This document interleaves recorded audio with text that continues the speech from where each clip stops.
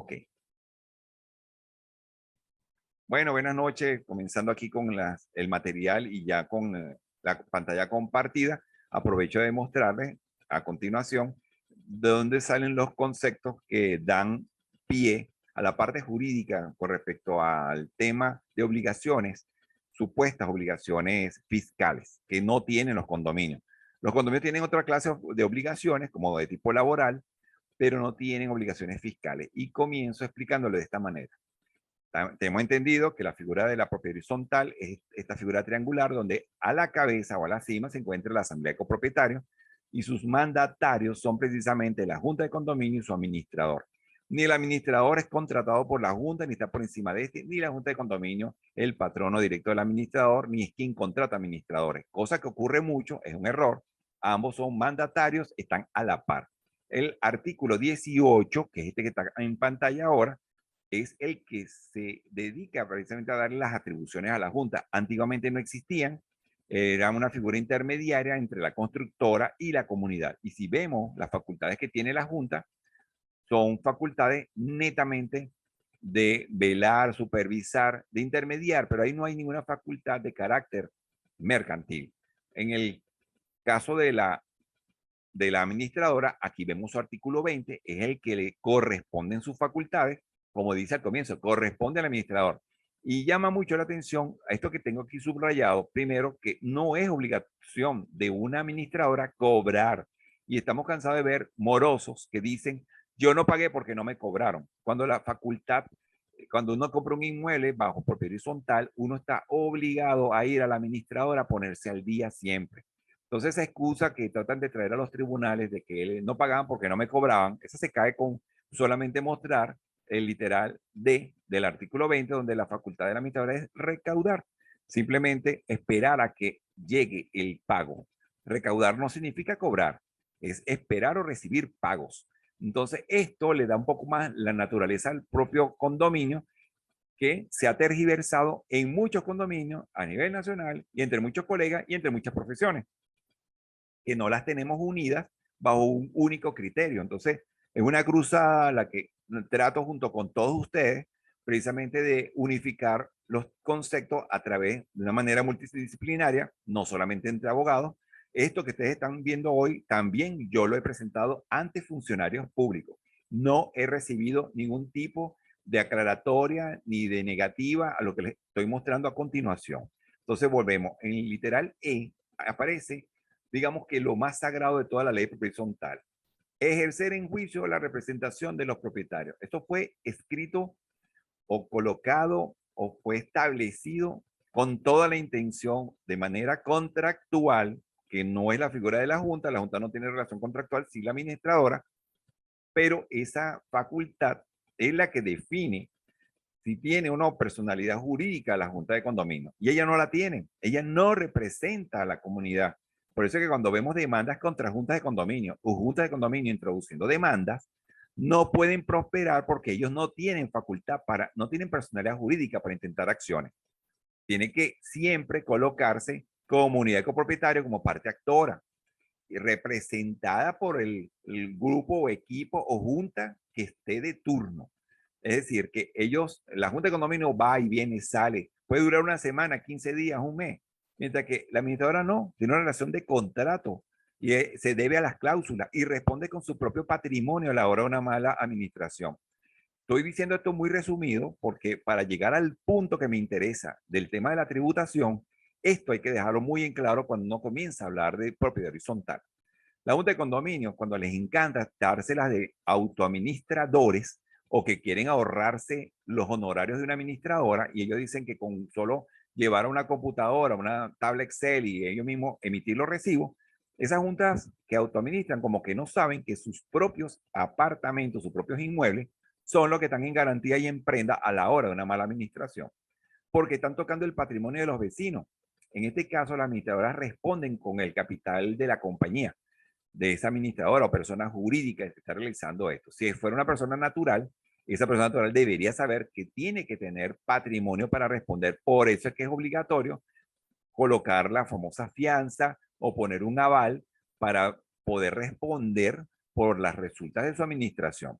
Entonces se ha tomado muy deportivamente la administración, pretendiendo alguna junta de condominio a estar, en este caso, haciendo de administradores y como que no sabían que ellos responden con su propio inmueble a la hora de una malversación.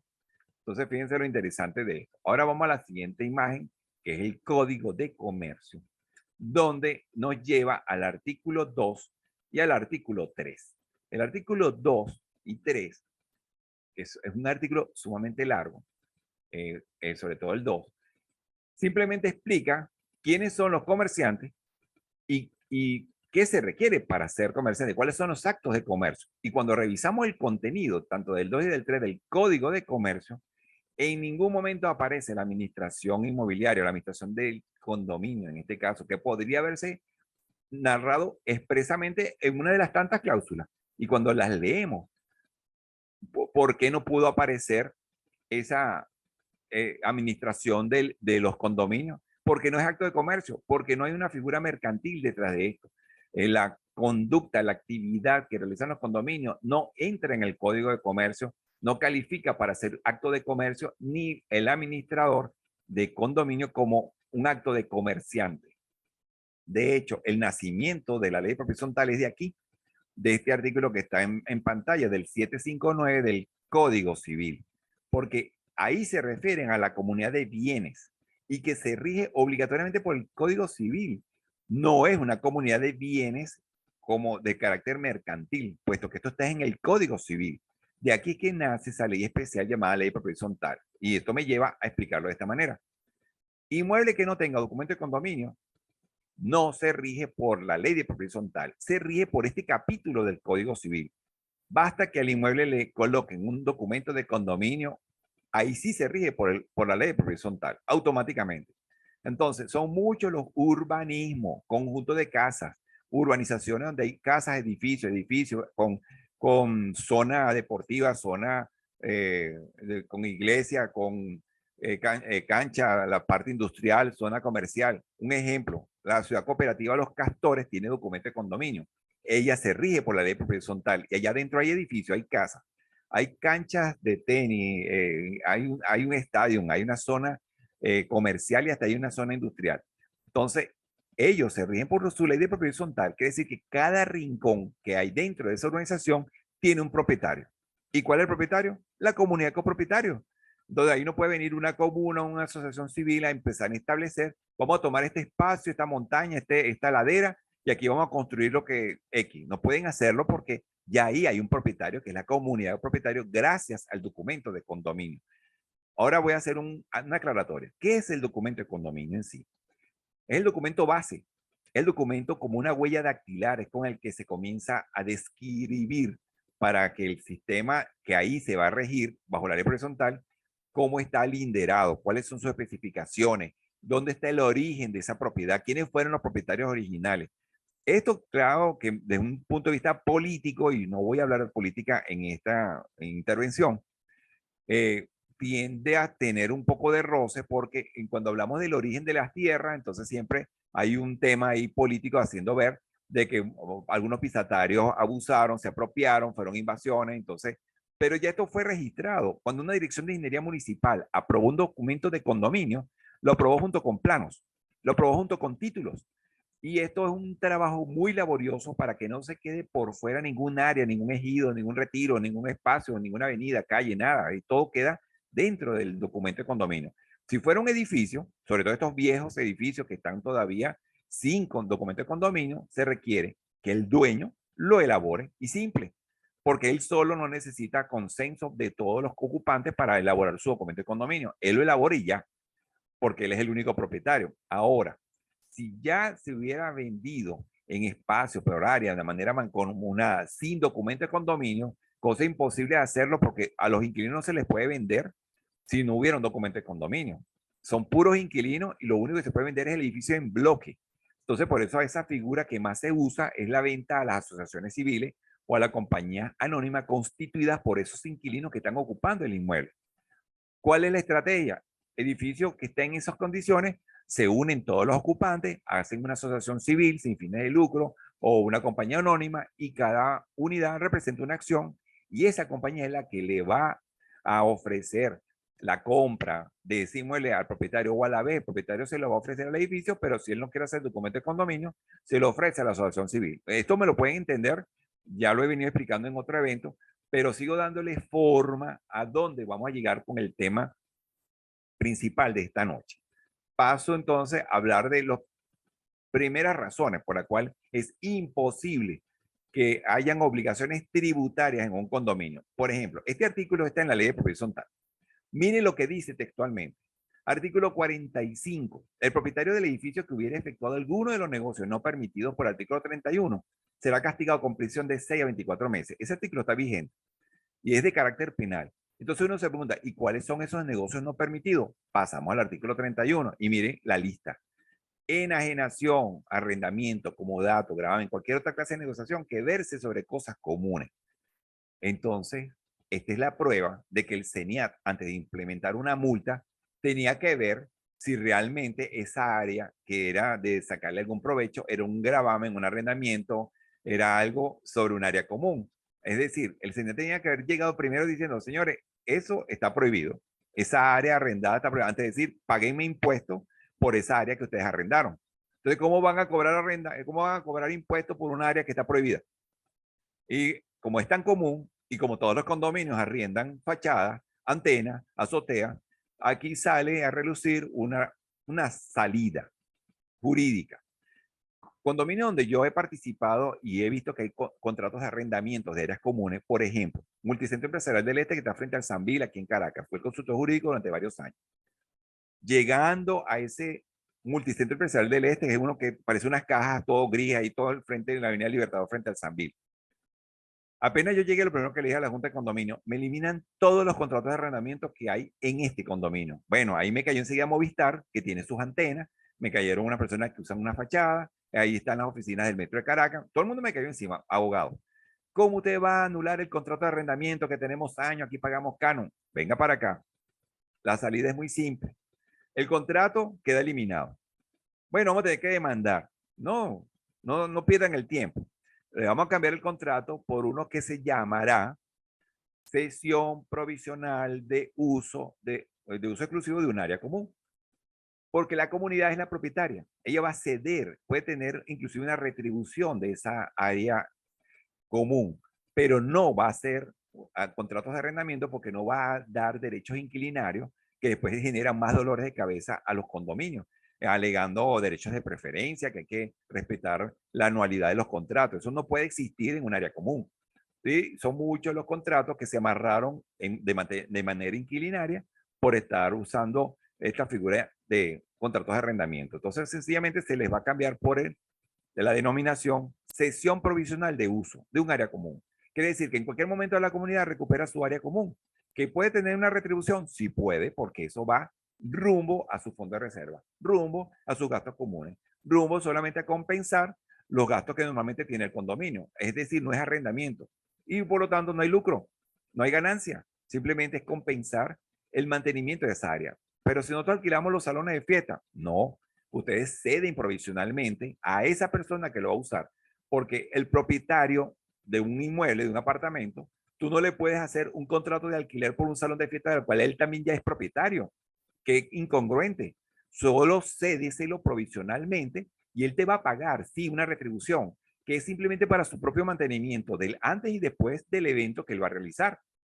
Entonces, está claro, nunca se debieron llamar contratos de arrendamiento. Alquilar el salón de fiesta porque vino un vecino y quiere ahí colocar una academia X, porque a veces le dan usos comerciales. No, el contrato se tiene que llamar cesión provisional. Cuando la comunidad quiera volver a recuperar su área común, la recupera sin mucho trámite porque es una simple cesión. No son contratos de arrendamiento. Ahí no cae Tsunavi. Ahí no cabe ninguna figura que trata de darle protección inquilinaria a nadie, porque no son contratos de arrendamiento. Entonces, ya yo cuando empiezo a hablar de este tema, oye, genera más molestia, pero ya yo vengo hablando del artículo anterior, de que eso está prohibido, hasta con penas de prisión, y son negocios no permitidos, y lo dice textualmente el artículo. La enajenación en grave arrendamiento no está permitida. Entonces, ¿qué pasó? Que pasaron los años y creen que hay inobservancia de esta norma. Pues no, ahora, gracias a la pandemia, gracias al tema del CENIAT, vuelven a darle forma al contenido de una ley que para mí es perfecta. La ley de propiedad horizontal, lo único que le faltó ser es adivina. Saber que iba a haber una dolarización y saber que iba a haber una hiperinflación tan descabellada en este país, que eso no lo pudo prever. Pero si ustedes se ponen a ver, esta ley parecía futurista, porque ella se adapta con solo conocerla a fondo y aplicarla en su contenido. Paso a la siguiente lámina. Se me ocurrió inscribir un condominio. Abrí la página ayer, hace 2 días, 3 días. Y mi sorpresa fue que cuando yo abro la página de CENIA para inscribir un condominio, solamente aparece la figura arriba, persona jurídica. El condominio no es persona jurídica. Ya le dije que no tiene persona jurídica la Junta. Es una figura que es la que representa el condominio. Sin embargo, sigo buscando más adelante y coloqué la palabra en razón social condominio. A ver si había posibilidad de que las demás plantillas se me abrieran para yo darle forma a la inscripción. Y fíjense lo que me indica. Siempre hablan de presentar acta constitutiva de la empresa. ¿De cuál empresa? El condominio no tiene acta constitutiva como empresa. La forma como se constituyen los condominios es muy distinto. Es el documento que yo les acabo de mostrar aquí. Su constitución es un documento accesorio al documento de propiedad. Es el que empieza a darle el sistema bajo el cual se va a regir esa propiedad. Por lo tanto, no cabe la figura de empresa que dice el CENIAT. No es en ninguna empresa. No tiene figura mercantil. Tampoco se lo da el Código de Comercio en ninguna de sus cláusulas que estuvimos observando. Por lo tanto, empresa no es. Persona jurídica tampoco y tampoco cabe como empresa. Entonces, allí hay una sentencia que lo ha venido estableciendo y habla precisamente que lo único que ordena la ley de propiedad horizontal es inscribir en los libros de acuerdo propietario los acuerdos inscritos. La palabra inscribir es asentar en libros de acta. Entonces hay otro error muy grande de los registradores que te dicen, regístrame el acta de la Junta, regístrame, y viven registrando algo que ya tiene inscripción en sus libros. Si ya algo está inscrito, ¿por qué tú me le vas a dar registro y me le vas a dar una orden distinta a la que la ley ordenó ya? El artículo 14 dice la única modalidad que hay que darle a las actas, inscribirlas en su libro. Nada de estarlas registrando en ningún lado y volver a registrar porque si no, no te reconocen a la Junta o si no, no te reconocen al condominio. Y esto me hace recordar que antiguamente las juntas de los condominios no tenían por qué tener RIF. Entonces uno se pregunta, ¿y por qué tienen RIF ahora? Debo dar una respuesta política. Por control social. Porque registro de información fiscal o RIF es simplemente para tener un control de cuántos condominios hay. Y esa es una prueba de que no tenían la data, no tenían la información. Aquí tenemos organismos de estadística a nivel nacional y podían manejarlo por otra vía, pero necesitaban traerlo al terreno de los números, al terreno electoral y al terreno patrimonial porque se dieron cuenta que los condominios manejan mucho más dinero que la misma banca. Entonces, bueno, la inscripción en los libros es la única formalidad que hay que darle a las actas de junta. Entonces, ¿cuándo se puede registrar un acta de junta? Simple, cuando se requiera dentro de un juicio para algo con otra connotación, de tema sucesoral, por ejemplo. Pero que un propietario requiera registrar el acta porque va a demostrar con ello quién es la persona que fue nombrada, pero es que basta su solo asentamiento en el único libro dispuesto para esto. Y es suficiente, ahí lo dice más adelante. Estos libros deberán ser sellados por un notario o un juez en la jurisdicción donde no se encuentra. ¿Qué pasa si en la jurisdicción no hay notario, no hay jueces? Bueno, puede el mismo registrador sellarte los libros, que es el tercer funcionario que no menciona la ley. Sabemos que ellos pueden sellarte los libros. Yo publiqué esta decisión de Trino Mayra Zurita. La magistrada hace una explicación que en efecto la Junta de Condominio no tienen ni activos ni pasivos y no prestan ningún tipo de servicios independientes de ninguna índole, pero de ninguna índole. O sea, eso debieron haberlo puesto en mayúscula. Esta sentencia, ya estos autores que están saliendo en las redes diciendo, salieron a decir que esta decisión que yo publiqué no era vinculante. Bueno, ¿cómo no va a ser vinculante cuando esto es lo que se llama jurisprudencia? No ha habido una sentencia que le lleve la contraria a esto que está publicado. Y si leemos el texto, lo dice textualmente el propio tribunal. El Tribunal Supremo dice que el CENIAT confunde a la Junta de Condominio con el condominio. Por eso que ya le di al comienzo, la Junta no tiene personalidad jurídica. Y con la comunidad en cuanto a la propiedad común. Entonces, la Junta de Condominio no tiene propiedad sobre los bienes. Entonces, ¿cómo ustedes pueden colocarle a esta Junta de Condominio personalidad para que ellos sean entes que deban estar respondiendo ante el CENIAT y estar haciendo declaraciones y presentando? Bueno, para un poquito más, agregándole aquí más leña al fuego, este artículo que ustedes tienen en pantalla, que es el 25, y está vigente, es la única vía que ahorita tiene cualquier propietario que le lleguen con una multa a su condominio. Nada de recursos que dice el CENIAT para que entonces uno siga ratificando y reconociendo. Corina Trivera comentó que cometieron un error hace mucho tiempo en la forma como identificaron la prestación de los servicios en ese condominio y terminaron pagando hasta las multas y pagando todo. Corina, te tengo una respuesta y una buena noticia. Todavía llega un nuevo propietario y sus 30 días en base al artículo 25 le dan a él todo el derecho de intentar esta impugnación que vemos en el artículo 25 y que sea un juez que diga si esa multa se debió haber pagado alguna vez. Y cuidado, Cesenia no va a tener que devolvérselo tal cual como lo pagaron y reconducir todo el condominio a su estado original, porque ahí hubo una tergiversación de la documentación interna. Fíjense lo que dice el artículo 25. Los acuerdos de los propietarios tomados con arreglo a los artículos presentes serán obligatorios a todos los propietarios. Esa es la base en las asambleas. Cualquier propietario podrá impugnar, no hace falta asambleas con quórum. Cualquier propietario, uno solo, del edificio Capri, allá en La Urbina, en Caracas, donde se reventó esta tubería. Cualquier propietario ahorita va ante un juez y le dice, yo quiero saber por qué la Junta de Condominio salió a pagarle la multa al CENIAT sin preguntarme a mí, sin hacer una asamblea, sin consultarle a la comunidad si nosotros queríamos o no pagar esa multa. Y aunque la hayan consultado, fíjense lo que dice este mismo artículo. Cualquier propietario puede intentar el recurso porque considera que se violó la ley. Ahí se violó la ley.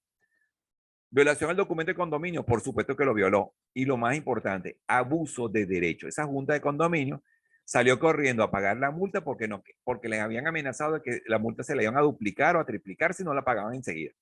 Entonces salieron corriendo a reunir $1,000 que necesitaban para otras cosas, 1,000 y pico, y pagaron la multa. Fíjense el grave error en que incurrió la junta. Eso es causa de destitución de esa junta y el propietario que intente este recurso perfectamente le pone la papa caliente, dicho en otras palabras, al tribunal para que él le diga al CENIAT, señores, ustedes no pueden cobrarle multa a este condominio porque primero ahí no se hizo ni siquiera por asamblea ni lo consultaron y la Junta no tiene facultades para salir a estar pagando ninguna multa, no tiene personalidad jurídica para estarla pagando. Imagínense toda la cantidad de cosas que surgen de ahí. Ah, no, entonces llevan a la Junta a televisión, las entrevistan. La misma Junta me llamó a mí por teléfono y me preguntaron que si yo podía meter el recurso que dice el CENIAT. Yo me di cuenta que iba a perder más tiempo dándole toda esta explicación. Sencillamente le dije que yo no tenía tiempo ahorita para meter ese recurso. Sobre todo porque estaban metidos todos estos personeros haciendo de esto un show y yo de show no vivo. Así que los dejé a ellos con su cuento a ver en qué van a terminar. Perdieron sus reales por el momento. Todavía lo puede recuperar en manos de un propietario que intente con el artículo 25 esa impugnación. De hecho, esto que aparece aquí lo aplican los magistrados entre ellos todavía. Está en rojo. Magistrado que no firme la decisión se presume que está conforme con el voto de la mayoría. Si tú haces una asamblea debidamente convocada y los vecinos no bajan, no asisten, pero tú la convocaste hasta por prensa, esos 30 días que le acabo de mencionar en el artículo anterior no corren para ese vecino porque no se publicó en prensa. Ahora, si se les convocó a todos y se dice, vamos a convocar una asamblea, punto a tratar, el tema de la multa del CENIAT. Ok, el que no asistió, pero está convocado en prensa, ¿qué dice la sentencia? Se presume que está conforme con el voto de la mayoría. Ahí sí, ningún propietario puede meter esa impugnación, porque todos fueron convocados. Por eso es importante hacer las asambleas y por eso publicarlas en prensa. Todo es como un juego de ajedrez. Ahí no se puede quedar ninguna ficha por fuera porque se cae como naipes la estrategia y toda la parte académica que hay detrás de esto. Lo que ha pasado es la dejadez, es una materia que parece difícil, no lo es, simplemente tiene sus reglas y simplemente hay que aplicarla. De hecho, la fuerza ejecutiva que tiene los recibos de condominio es tal que ya hay sentencias que lo dicen, y aquí está una de la Sala Constitucional del año 2002, está vigente todavía, aunque tiene 20 años, donde dice aquí al final, no lo puse en rojo, el accionante escogió como vía idónea para reclamar la suma de dinero supuestamente adeudada por concepto de contribuciones condominiales, la vía ejecutiva y no la ordinaria. Los recibos de condominio son títulos ejecutivos. Quiere decir que cuando le dan a un condominio una multa como esta, están pasándole por encima a toda esta figura que tiene la ley y el sistema de propiedad horizontal que está blindado, tiene su forma de manejarse, de regirse entre ellos mismos y no pueden saltársela aplicándole multa como si es una compañía, una bodega o es cualquier otro tipo de actividad que no tenga esa relevancia. Ya para ir cerrando, aparece otra decisión donde se ve que la fuerza que tienen esos recibos de condominio o planilla de liquidación, de hecho, la palabra factura no está en ningún artículo de la ley horizontal y no está porque no tiene figura mercantil, son recibos o planillas de liquidación y por eso es que se permite el remate anticipado de ese inmueble por deuda, no hace falta que la deuda sea tan alta para poder rematar los inmuebles. Esto es la propia naturaleza que tienen los condominios. Por lo tanto, sus obligaciones son netamente laborales, pero no tiene obligaciones fiscales y cierro con esta última lámina.